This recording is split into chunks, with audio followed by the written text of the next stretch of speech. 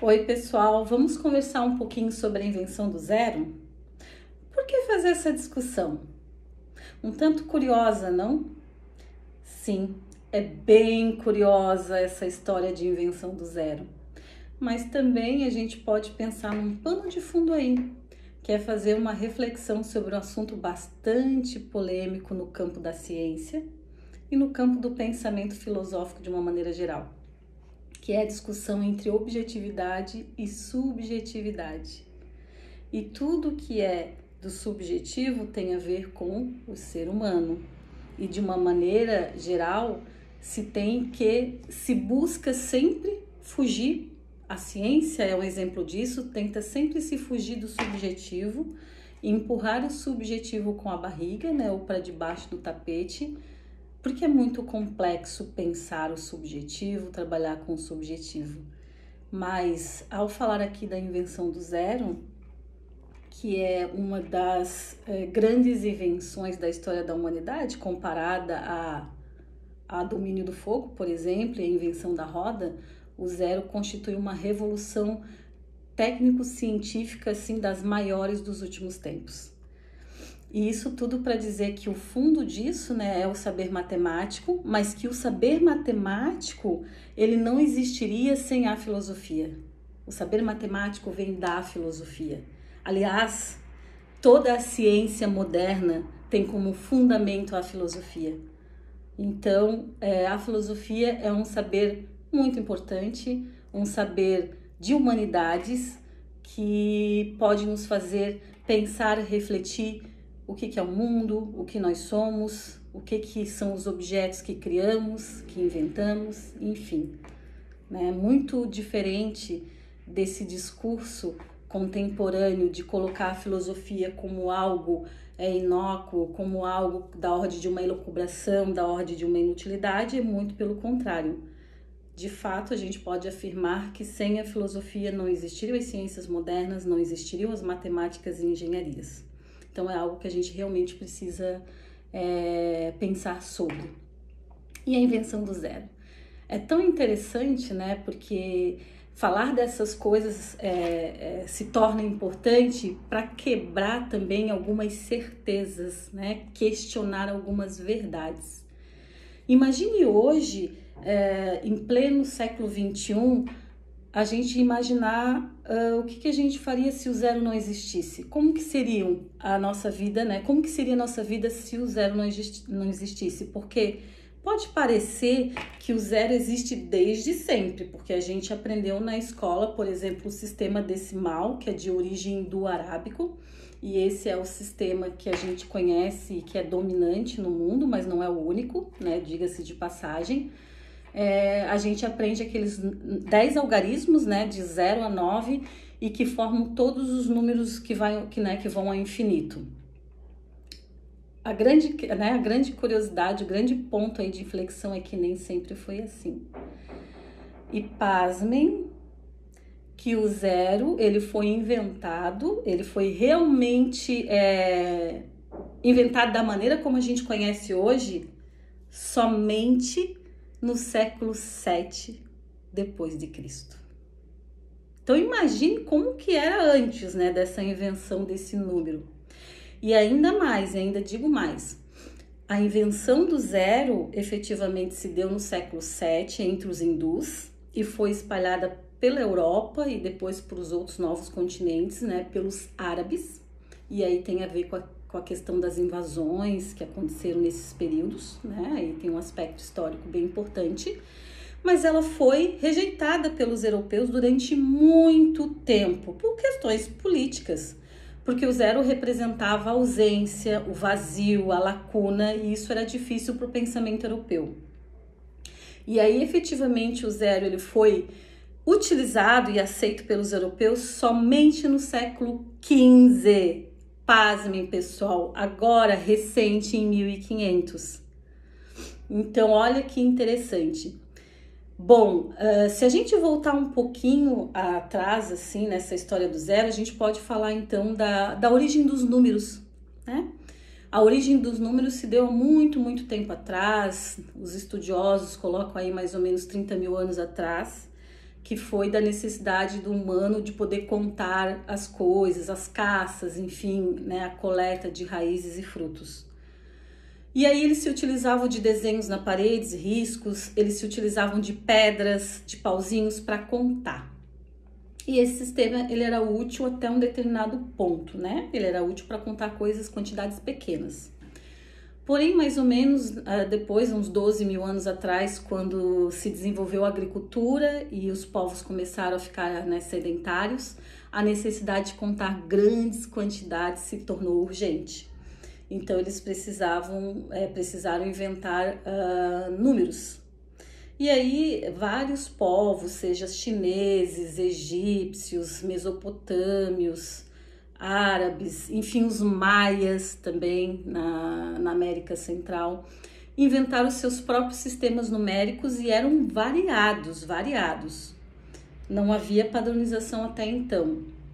E essa criação, ela era uma criação subjetiva. Então, a matemática, ela nasce daí. Ela nasce da subjetividade.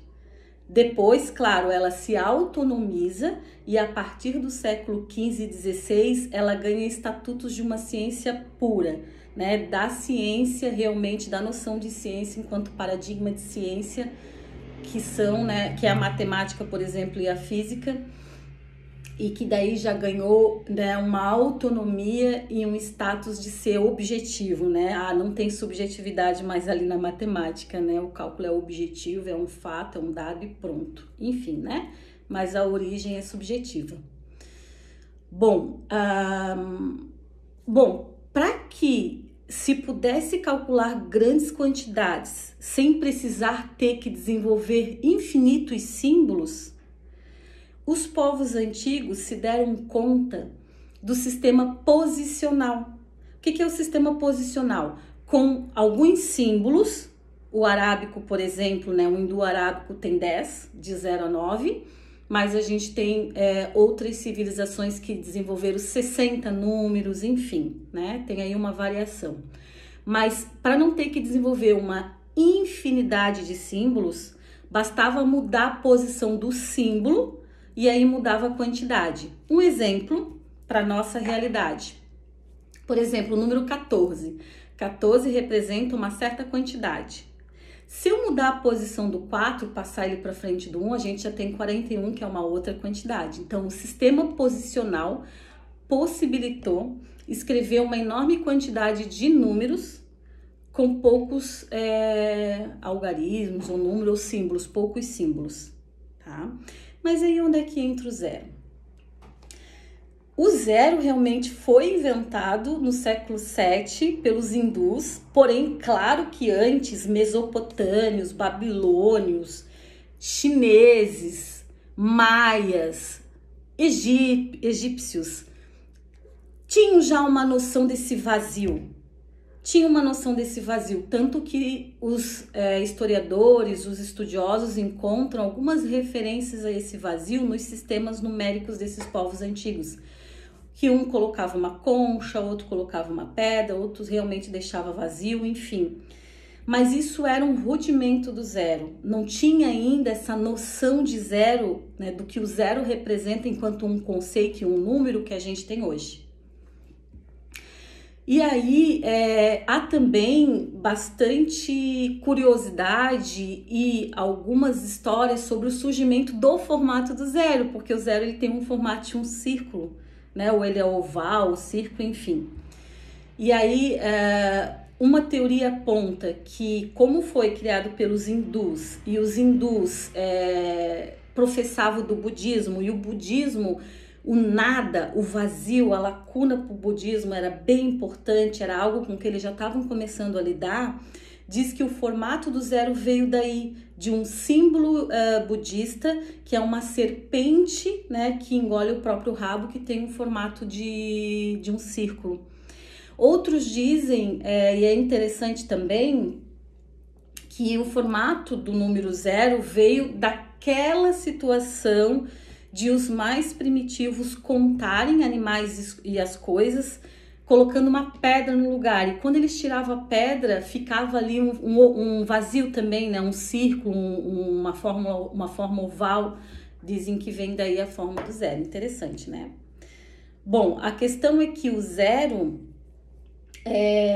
quando passou a ser efetivamente reconhecido na Europa e legado para a posteridade como um número e como algo que, né, faz parte do sistema numérico, foi onde se deu assim o grande boom de desenvolvimento da ciência. Por exemplo, o zero no sistema posicional permite que com apenas 10 números seja possível contar, seja possível fazer todos os tipos de equações e contar todos os números até o infinito, com apenas 10 algarismos. Então, olha a revolução que o zero representou. Além disso, o zero ele foi muito importante para as revoluções tecnológicas, científicas dos séculos, né, mais próximos aqui da gente. Por exemplo, o cálculo diferencial de Newton e Leibniz, ele só foi possível com o número zero. Integrais também só foram possíveis com o número zero. E hoje não dá para pensar em qualquer área do conhecimento que utilize a matemática, fazer qualquer cálculo que não envolva esse tipo de equação, integrais, derivadas, enfim, né, que são ali um legado daquele século XVIII ali, Newton, enfim. O zero também possibilitou o desenvolvimento do relógio, por exemplo, das bússolas de navegação, do computador, né, das ciências aí da tecnologia da informação. Aliás, dizem, né, alguns assim apontam que o sistema binário, que é o 0 e 1, é uma revolução técnico-científica que chega a superar em importância a invenção do sistema decimal.